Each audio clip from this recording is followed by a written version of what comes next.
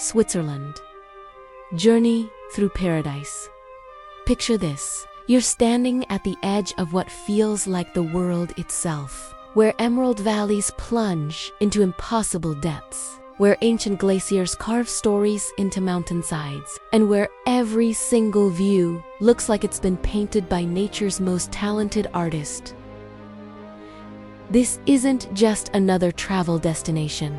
This is Switzerland, a country so breathtakingly beautiful that it makes you question whether paradise might actually exist on Earth.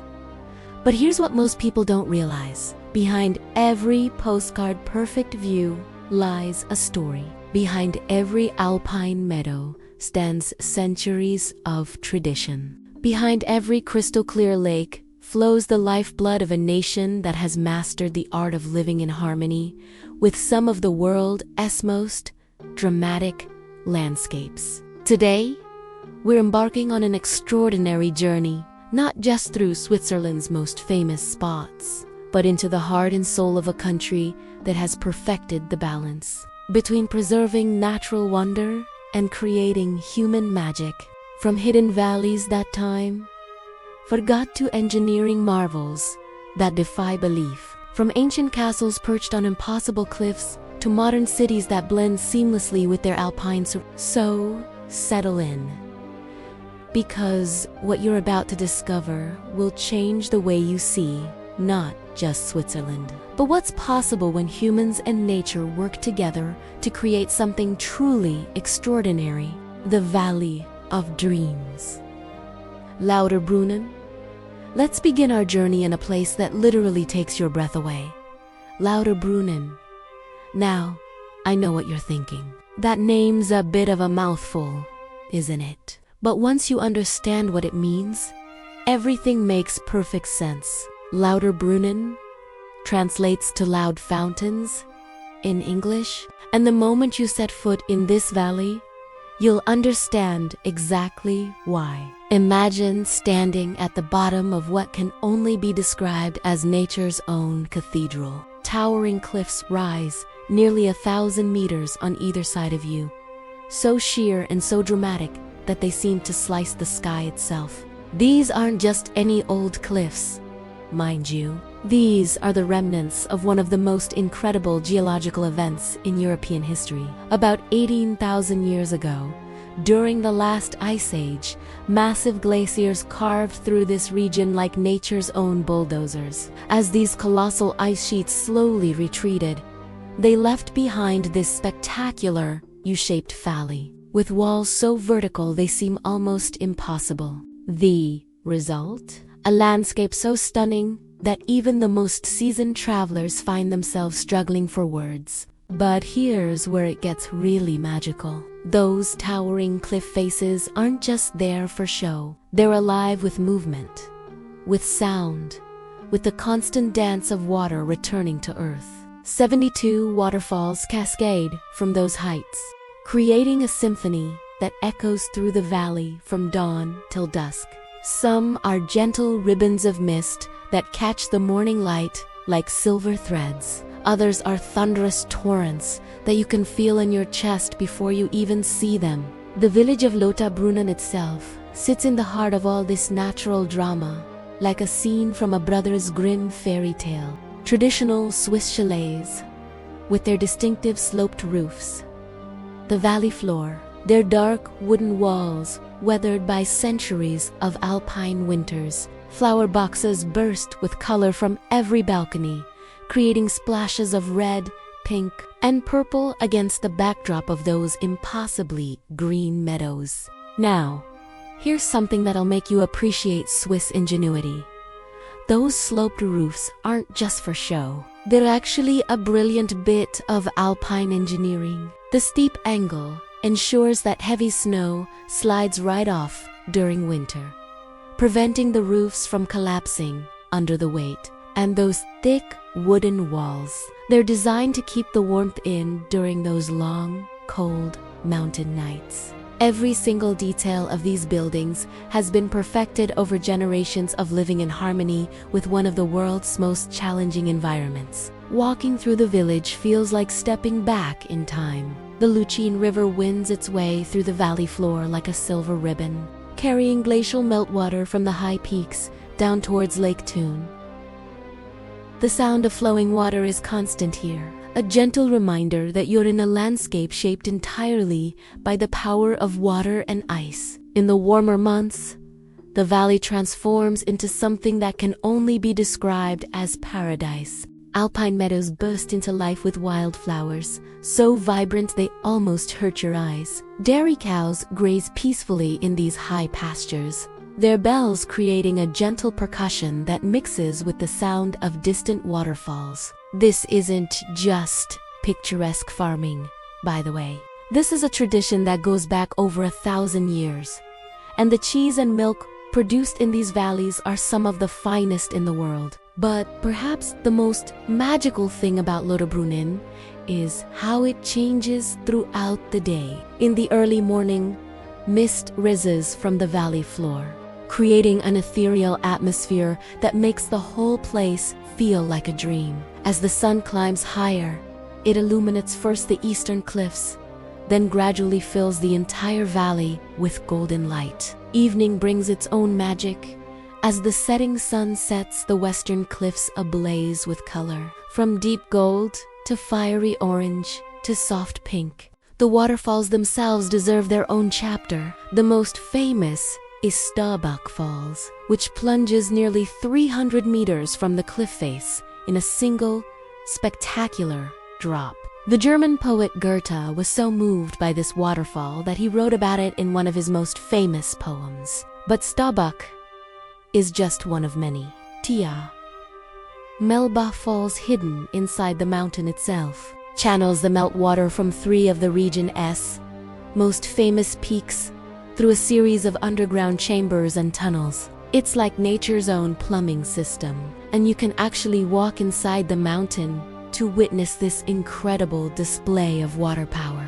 What makes Lauterbrunnen truly special, though, isn't just its natural beauty. It's how this small community has managed to preserve not just the landscape, but an entire way of life. Farmers still move their cattle to high alpine pastures each summer in a tradition called Local craftspeople still work with traditional materials and methods passed down through generations, and the village itself has resisted the temptation to become overly commercialized, maintaining its authentic character even as visitors from around the world come to experience its magic. This valley has inspired countless artists, writers, and musicians over the centuries. J.R.R. Tolkien is said to have based the Elven Valley in The Lord of the Rings on his memories of Lauterbrunnen. Looking around at the dramatic cliffs, the cascading waterfalls, and the timeless village below, it's easy to see why this place really does feel like something from a fantasy novel. The adventure capital, Grindelwald. From the ethereal beauty of Lauterbrunnen, our journey takes us to a place that perfectly embodies the adventurous spirit of the Swiss Alps. Welcome to Grindelwald, a village that sits in the shadow of some of the most famous mountain faces in the world. Now, if Lauterbrunnen is Switzerland's fairytale valley, then Grindelwald is its adventure playground. This isn't just a pretty mountain village, though it certainly is that. This is the place where modern mountain tourism was practically invented, where intrepid Victorian climbers came to test themselves against peaks that had never been conquered, and where today's adventurers continue to push the boundaries of what's possible in the mountains. The story of Grindelwald really begins in the 19th century, during what mountaineers call the golden age of alpinism.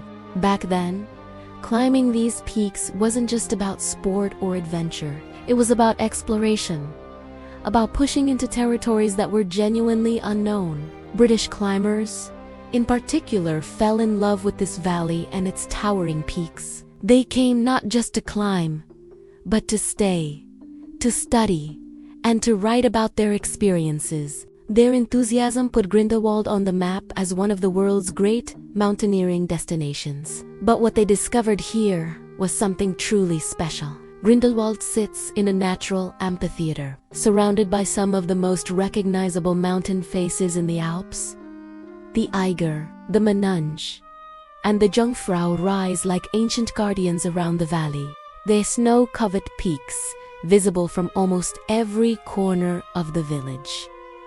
These aren't just big mountains. These are mountains with personality, with history, with stories that have been told and retold for generations. The Eiger, in particular, has earned a fearsome reputation. Its north face, visible from the village below, is one of the most challenging climbs in the world. Local people call it the Mordwand, the murder wall, because of the many climbers who have lost their lives attempting to conquer it. Yet there's something irresistibly magnetic about this mountain. Even if you never intend to climb it yourself, just standing in its presence is an experience that stays with you forever. Walking through Grindelwald village, you're struck by how perfectly it fits into its dramatic, traditional wooden chalets line the main street, their dark timber walls and steep roofs, creating a harmonious blend with the natural landscape. Many of these buildings are centuries old, yet they've been lovingly maintained and modernized while keeping their authentic alpine character.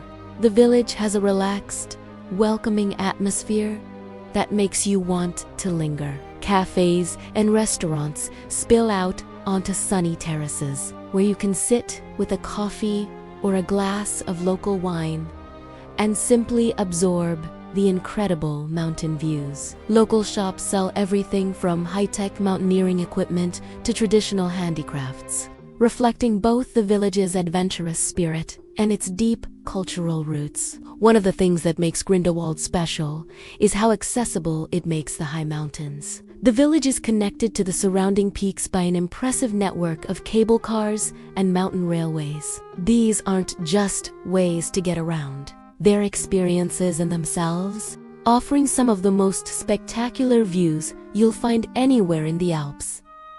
The cable car to Grindelwald first is particularly impressive. As you rise above the valley floor, the full drama of the surrounding landscape unfolds below you. Alpine meadows give way to rocky slopes, which in turn give way to snow and ice. The journey itself is part of the adventure, offering perspectives on the mountains that you simply can't get from ground level.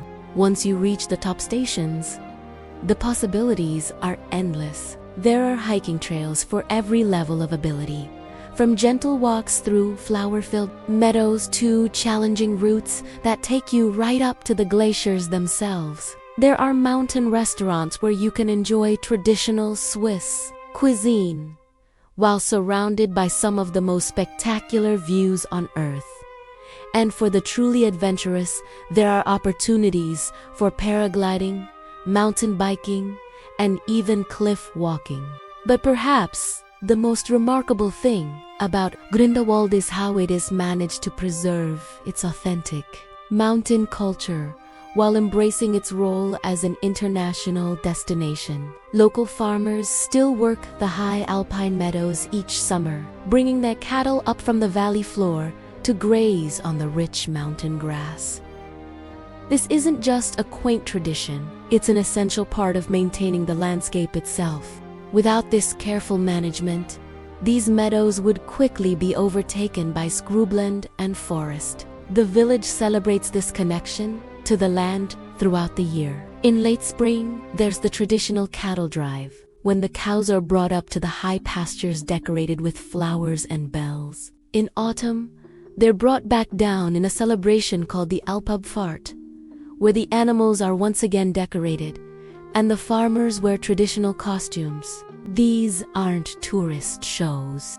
They're genuine expressions of a way of life that has sustained this community for generations. Grindelwald also offers some unique adventures that you won't find anywhere else in the world. The first cliff walk, for example, is a suspended walkway that takes you right out over a sheer drop, offering heart-stopping views of the valley below. The first glider lets you zip-line down the mountainside at speeds of up to 100 kilometers per hour. These attractions might sound like modern inventions. But they're actually deeply rooted in the mountaineering tradition of this valley, where finding new ways to experience the mountains has always been part of the culture. The village changes dramatically with the seasons, each offering its own unique character. Summer brings hiking, mountaineering, and paragliding. The meadows are green and flower-filled. The weather is generally settled, and the days are long. Winter transforms Grindelwald into a world-class skiing destination, with slopes suitable for everyone, from complete beginners to Olympic-level athletes. Spring and autumn have their own magic, with fewer crowds and often the clearest mountain views of the year. What really sets Grindelwald apart, though, is the sense of adventure that permeates everything here. This is a place where people come not just to see beautiful scenery, but to test themselves, to push their boundaries, to experience something genuinely challenging and rewarding.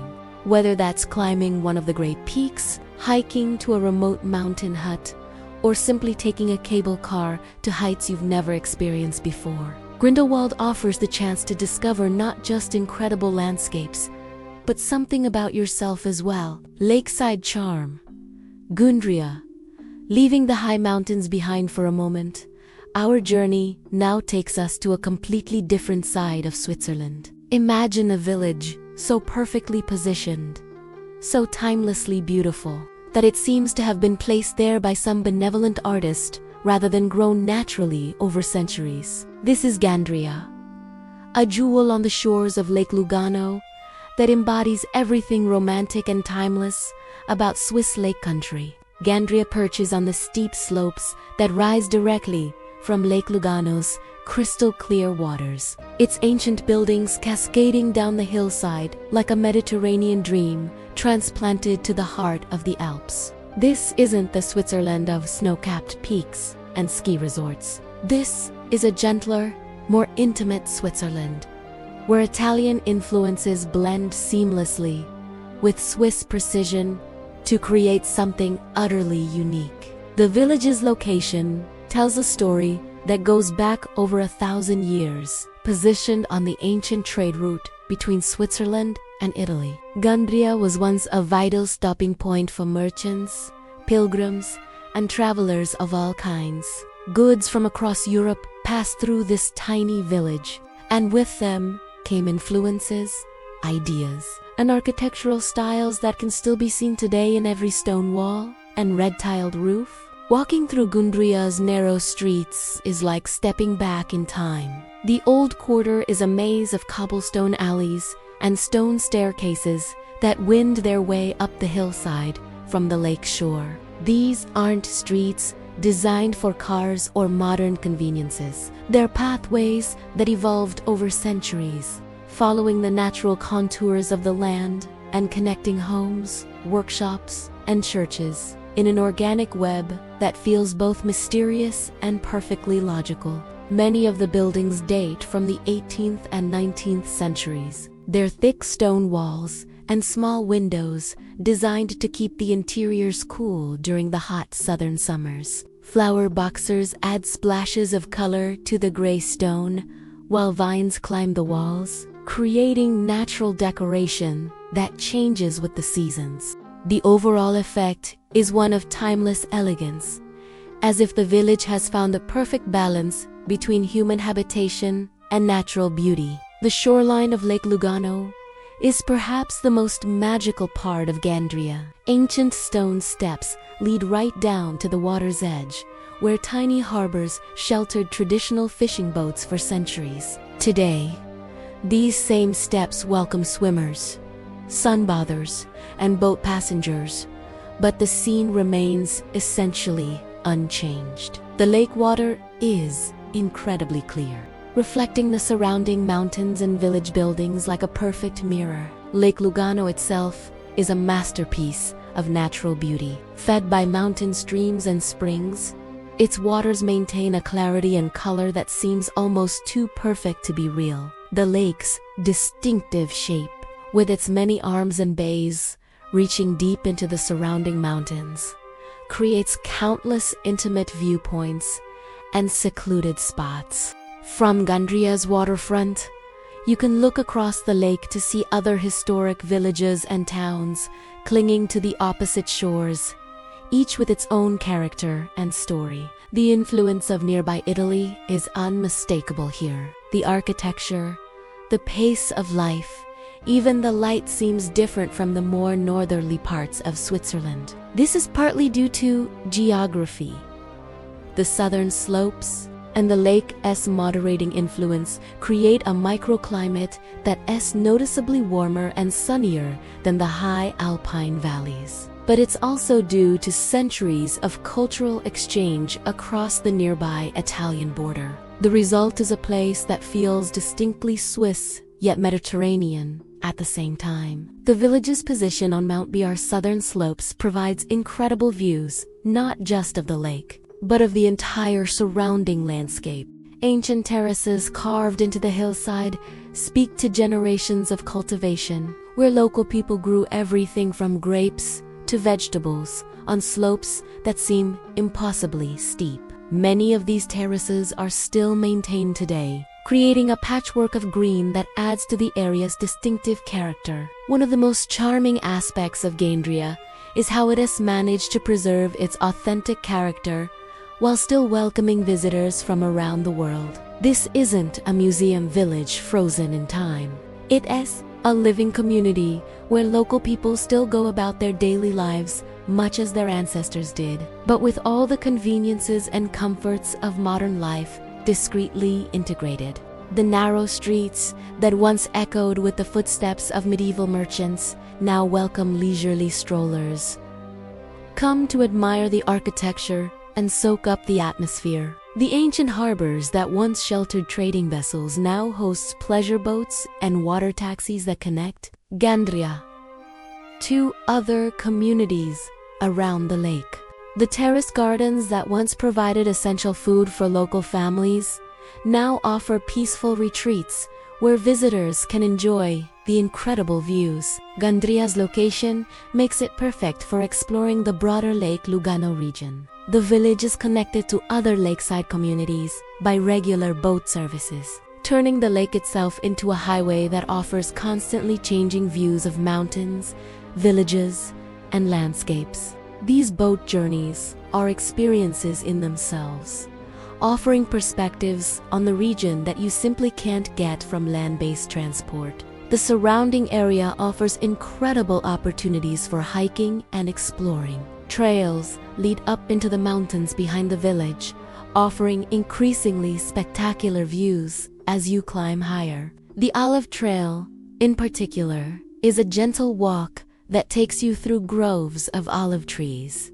Yes, olive trees in Switzerland that have been cultivated here for centuries, thanks to the unusually mild climate. What makes Gandria truly special, though, is the sense of timelessness that pervades everything here. In our fast-paced, constantly connected world, this village offers something increasingly rare: the opportunity to slow down, to appreciate simple pleasures, to connect with a way of life that values quality over quantity and tradition over novelty. The play of light on the lake waters, the sound of church bells echoing across the valley, the sight of elderly locals sitting in the village square watching the world go by. These are experiences that stay with you long after you've left. Gandria reminds us that sometimes the most profound travel experiences come not from checking sites off a list, but from simply being present in a place that allows you to see the world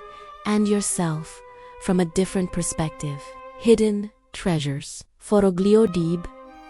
In the Italian-speaking valleys of southern Switzerland lies a village so remote, so untouched by the modern world, that discovering it feels like finding a secret that's been hidden for centuries. This is Foroglio, a settlement that embodies everything wild and authentic about Switzerland's relationship with its most dramatic landscapes. Foroglio sits in the Val Bavona, a valley so narrow and steep that it feels more like a crack in the earth's surface than a place where humans could possibly live. Yet live here they have for generation after generation, creating a community that exists in almost perfect harmony with some of the most challenging terrain in the Alps. The approach to Fairytale is an adventure in itself. The road that winds its way up the valley is barely wide enough for a single car, twisting and turning through landscapes that seem to belong more to a fantasy novel than to real life. Massive granite walls rise on either side, scarred by centuries of rockfall and avalanches, while a crystal-clear mountain stream tumbles alongside the road, fed by dozens of waterfalls that cascade from the heights above. But it is when you first catch sight of the village itself that you truly understand what makes this place so special. Fairytale appears almost impossibly positioned, clinging to a natural ledge in the valley wall with a spectacular waterfall as its backdrop. The Calnesia Falls plunge over 200 meters in a single drop, creating a curtain of mist and spray that seems to surround the village in its own microclimate. The buildings of Fairytale are masterpieces of traditional alpine architecture, built entirely from local stone and timber. They seem to grow naturally from the landscape itself. The thick stone walls, designed to withstand the harsh mountain winters, are topped with distinctive slate roofs that gleam like scales in the sunlight. These roofs aren't just beautiful, they're also incredibly practical, designed to shed the heavy snows that can bury this valley for months at a time. What's remarkable about these buildings is how perfectly they're adapted to their extreme environment. The slate for the roofs was quarried locally, ensuring that the buildings could withstand the freeze-thaw cycles that would destroy other materials. The thick walls provide insulation against temperatures that can drop well below freezing even in summer. And the positioning of each building takes into account everything from prevailing winds to avalanche zones to the daily movement of sunlight through this deep, narrow valley. Walking through Fairytale feels like stepping into a living museum of alpine life. Many of the traditional crafts and practices that have disappeared elsewhere in Switzerland are still alive here. Local artisans still work with stone and wood using techniques passed down through generations. Gardens are still planted with vegetables and herbs that can survive the short growing season at this altitude. And the rhythms of daily life are still dictated more by the seasons and the weather than by clocks and schedules. The waterfall that dominates the village is just a spectacular backdrop. It has been the lifeblood of the community for centuries. The constant flow of water provided power for mills and workshops, irrigation for gardens and fields, and a reliable source of the purest mountain water. Even today, the sound of falling water is the constant soundtrack to life, a reminder of the natural forces that have shaped both the landscape and the community. The Val Bavona itself is one of Switzerland's most remarkable valleys. Designated as a landscape of national importance, it is home to an incredible diversity of flora and fauna that has survived here thanks to the valley's isolation and the traditional land management practices of local communities. Ancient forests of larch and pine cling to the valley sides, while alpine meadows in the higher reaches burst into flower during the brief summer season. This is also a valley where traditional alpine agriculture is still practiced much as it was centuries ago. Each spring, local farmers bring their cattle up from the lower valleys to graze in the high meadows. The animals spend the summer at altitudes of over 2,000 meters, producing milk that's turned into some of Switzerland's finest alpine cheeses. In autumn, they are brought back down in traditional festivals that celebrate not just the end of the grazing season, but the continuation of a way of life that connects the present directly to the past. One of the most fascinating aspects of life in Fairytale is how the community has adapted to its extreme isolation. For much of the year, the village can be cut off by snow, avalanches, or rockfall. This means that self-sufficiency isn't just a lifestyle choice, It's a necessity. Local people have developed skills and knowledge that allow them to maintain their equipment, preserve their food, and solve their problems without relying on outside help. Yet this isolation hasn't made the community insular or unwelcoming. Quite the opposite, in fact. Visitors to Foroglio are often struck by the warmth and generosity of the local people, who seem genuinely pleased to share their extraordinary world with others. Perhaps because they live so closely connected to the natural world, they've retained a sense of perspective about what's truly important in life. The seasonal changes in Foroglio are more dramatic than almost anywhere else in Switzerland. Summer brings a brief but intense explosion of life, with wildflowers carpeting every available space and the waterfall at its most powerful. Autumn paints the larch forests in brilliant gold, creating a contrast with the dark stone of the village buildings that's breathtakingly beautiful. Winter transforms the entire valley into a world of white, where the village buildings stand out against the snow like ancient fortresses. Spring, when it finally arrives, is perhaps the most magical season of all. As the snow melts and the waterfall swells with meltwater, the village seems to emerge from its winter hibernation, like something from a fairy tale. The first flowers appear in sheltered spots. The sound of flowing water increases to a roar, and the entire valley comes alive with the promise of another year. Not far from Foroglio lies another village that shares many of the same characteristics but offers its own unique perspective on life in this extraordinary valley. Together, these communities represent something increasingly rare in our modern world places, where human society has found a way to exist in balance with some of the planet's most challenging environments. Engineering marvel.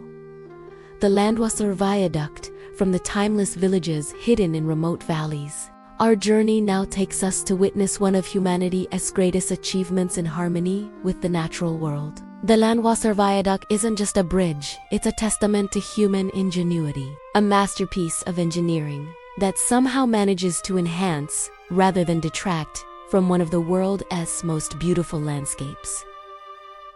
Picture this scene, you retraveling through the heart of the Swiss Alps, on what many consider to be the most beautiful railway journey in the world.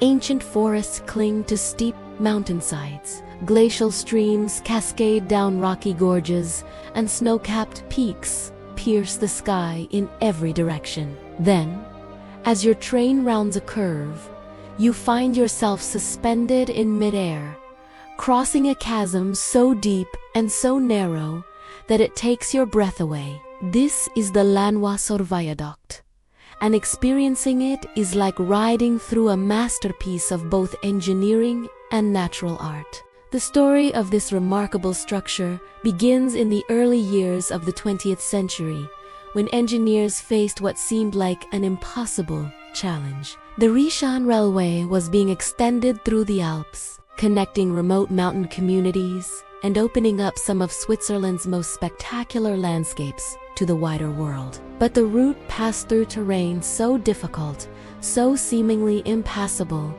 that many believed it simply couldn't be done.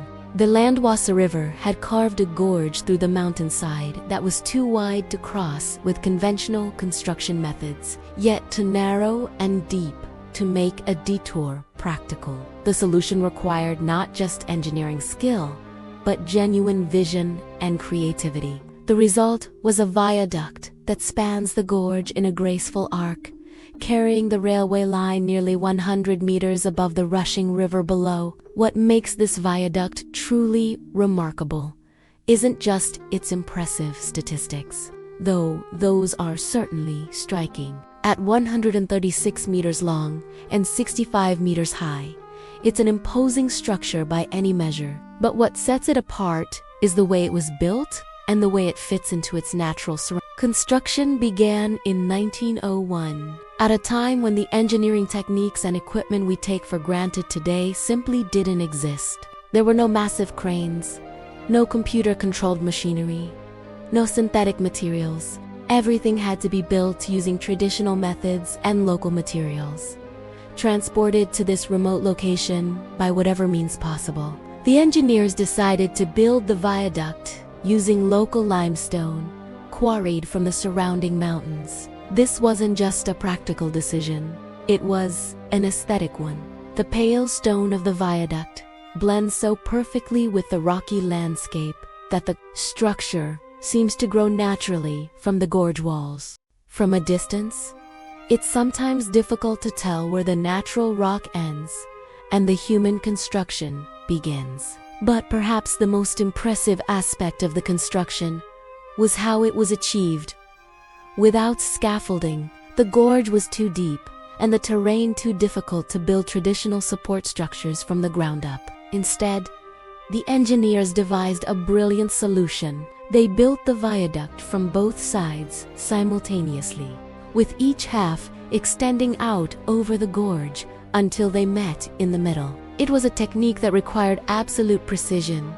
If the calculations were wrong, the two halves wouldn't align, and the entire project would have failed. The fact that it worked perfectly, and has continued to work perfectly for over a century, speaks to the incredible skill and dedication of the engineers and workers who built it. The viaduct has carried millions of tons of trains and passengers across the gorge without requiring any major renovations or repairs. It's a testament to the idea that when something is built properly, with the right materials and the right techniques, it can last for generations. But the Landwasta Viaduct isn't just impressive from an engineering perspective.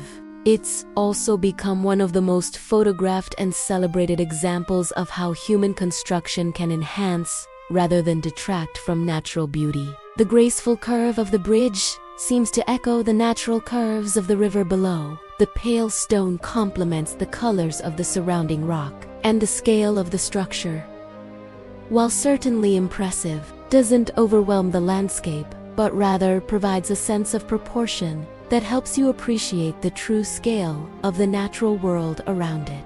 Experiencing the viaduct from a train is unforgettable. As your carriage approaches the bridge, you're traveling through dense forest with only glimpses of the gorge below. Then suddenly the trees fall away and you're suspended in space, with nothing but air between you and the river far below. The transition is so sudden and so dramatic that it never fails to elicit gasps of amazement from passengers, even those who have made the journey many times before.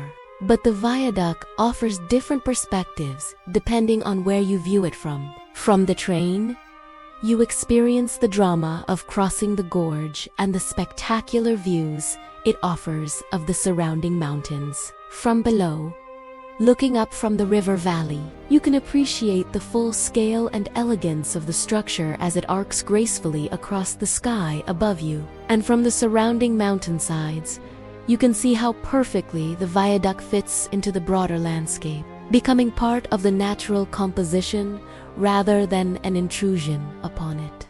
The Landwasser Viaduct has become famous far beyond Switzerland's borders. It's been featured in countless films and documentaries, appeared on postage stamps and tourism posters, and inspired engineers and architects around the world. It's even been designated as a UNESCO World Heritage Site, recognized not just as an engineering achievement, but as a work of art that represents the best of human creativity working in harmony with the natural world. What's particularly striking about the viaduct is how it's aged. Rather than looking dated or out of place after more than a century, it seems to become more beautiful with each passing year.